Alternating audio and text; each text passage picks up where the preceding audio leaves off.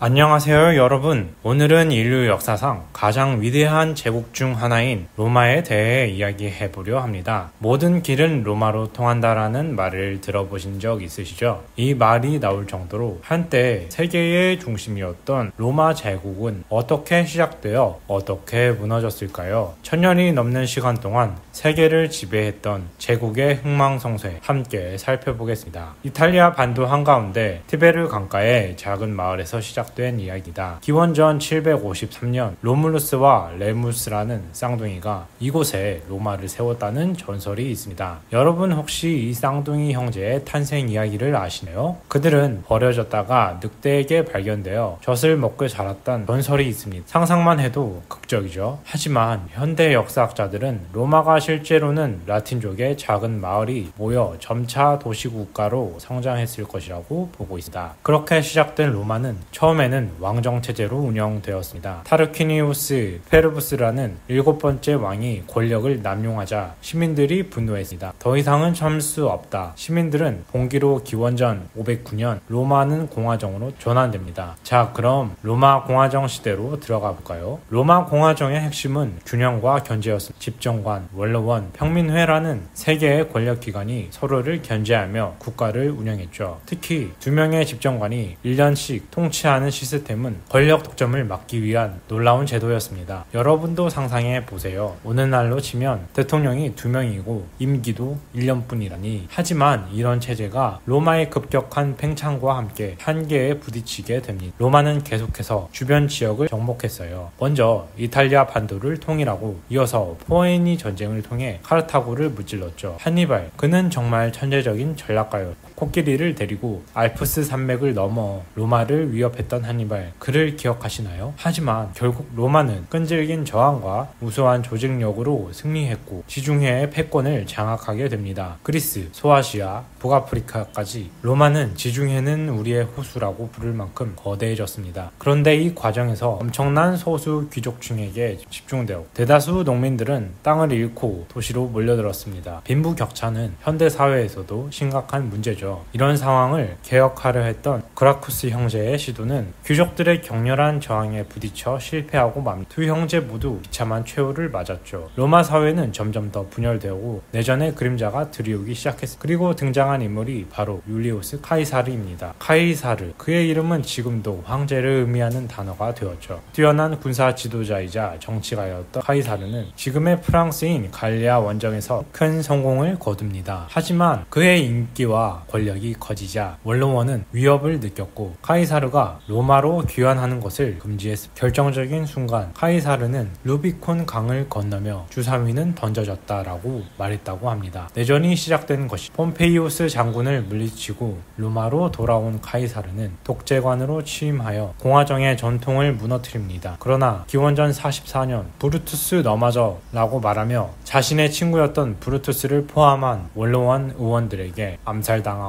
카이사르 죽음 이후 로마는 또다시 혼란에 빠졌습니다. 결국 카이사르의 양자이자 조카인 옥타비아누스가 권력 투쟁에서 승리합니다. 그는 아우구스투스라는 이름으로 로마의 첫 황제가 되었고 이로써 기원전 27년 로마 제국이 공식적으로 시작됩니다. 평화 속의 로마, 팍스 로마나라고 하는 것은 아우구스투스가 겉으로는 공화정의 제도를 유지하면서 실질적으로는 모든 권력을 장악하는 교묘한 정책을 펼쳤죠. 그의 통치 시기는 로마의 황금기로 불립니다. 문화, 예술, 건축이 꽃피웠고 로마는 인구 100만이 넘는 거대한 도시로 성장했습니다. 아우구스투스 이후에 로마 제국은 굉장한 번영을 누렸습니다. 특히 5헌제 시대라고 불리는 네르바, 트라이아누스, 하드리아누스, 안토니우스 피우스, 마르크스 아우렐리우스가 통치했던 1세기에서 2세기 중반까지는 로마 역사상 최고의 전성기였죠. 트라이아누스 황제 시절에는 로마의 영토가 최대로 확대되어 영국에서부터 메소타미아까지 아우르게 되었습니다. 그들은 도로, 수도, 공중 목욕탕, 원형 경기장 등 뛰어난 건축물과 인프라를 구축했고 로마법은 오늘날 많은 법 체계의 기초가 되었습니다. 하지만 좋은 시간은 영원히 지속될 순 없는 법이죠. 3세기에 들어서며 로마 제국은 군인 황제 시대라 불리는 혼란기를 맞이합니다. 50년 동안 26명의 황제가 등장했고 대부분이 암살당했다니 그 불안정성이 어느 정도였는지 짐작이 가시나요? 게다가 외부에서는 게르만족의 침입이 잦았고 경제적으로는 인플레이션이 심각했고 역병까지 창궐했습니다. 로마 제국의 위기는 점점 퍼져갔습니다. 395년 테오도시우스의 대제의 사망 이후 로마 제국은 공식적으로 동로마와 서로마로 분열됩니다. 서로마 제국은 계속되는 게르만족의 침입에 시달려 결국 476년 마지막 황제 로물루스 아우구스 톨루스가 게르만 용병대장 오도아케르에 의해 폐위되어 소로마 제국은 멸망합니다. 로마가 건국된 지 1229년 만의 일이었죠. 로마라는 이름으로 시작해 로물루스라는 이름으로 끝나다니 역사의 아이러니가 느껴지지 않아요. 하지만 동로마 즉 비잔티움 제국은 그 이후에도 1000년 가까이 존속했습니다. 동로마 제국도 잠시 옛 영광을 되찾기도 했지만 점차 영토가 축소되어 결국 1453년 오스만 제국의 메흐메트 2세에 의해 콘스탄티노폴리스가 함락되면서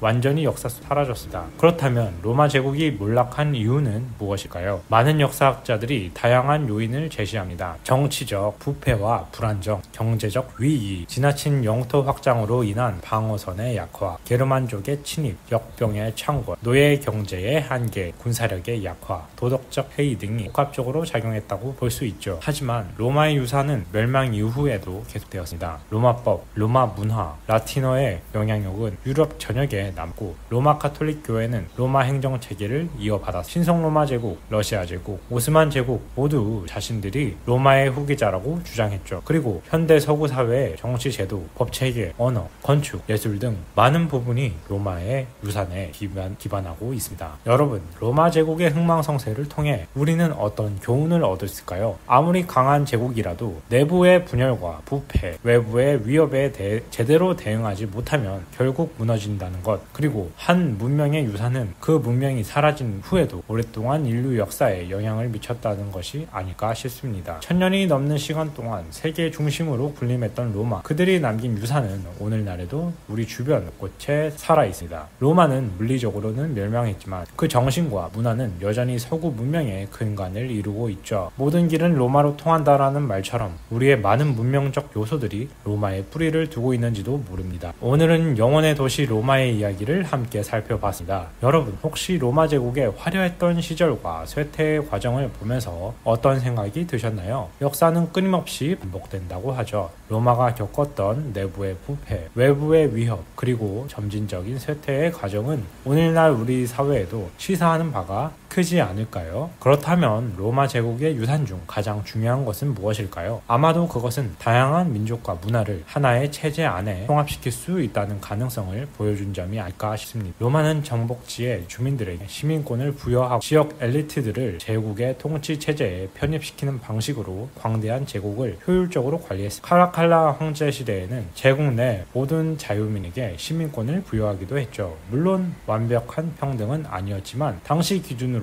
매우 진보적인 정책이었습니다. 로마의 멸망을 바라보는 현대 역사학자들의 시각도 다양합니다. 경제적 위기, 기후변화, 역병의 영향, 군사 문제, 정치적 불안정 등이 복합적으로 작용했다는 견해가 지배적입니다. 어쩌면 로마는 너무 성공했기 때문에 실패했는지도 모르겠습니다. 제국이 너무 커져서 효율적으로 관리하기 어려워졌고 외부 세력의 침입에 취약해졌다는 분석도 있죠. 영원한 제국은 없지만 영향력은 영원할 수 없다. 이것이 바로 로마가 우리에게 주는 가장 큰 메시지가 아닐까요? 1000년이 넘는 시간 동안 세계의 중심이었던 로마 제국, 그 흥망성쇠의 이야기는 오늘날 우리에게도 여전히 많은 것을 시사합니다. 역사의 한 점을 여러분도 다음에 로마 유적을 방문하게 된다면 그 돌무더기 사이에서 한때 세계를 지배했던 제국의 숨결을 느껴보시기 바랍니다. 오늘 로마 천년 제국과 몰락의 그림자에 대한 이야기는 여기까지다. 시청해주셔서 감사합니다. 다음 영상에서 또 다른 흥미로운 역사 이야기로 찾아옵니다. 감사합니다. 좋아요와 구독, 알림 설정 잊지 마세요.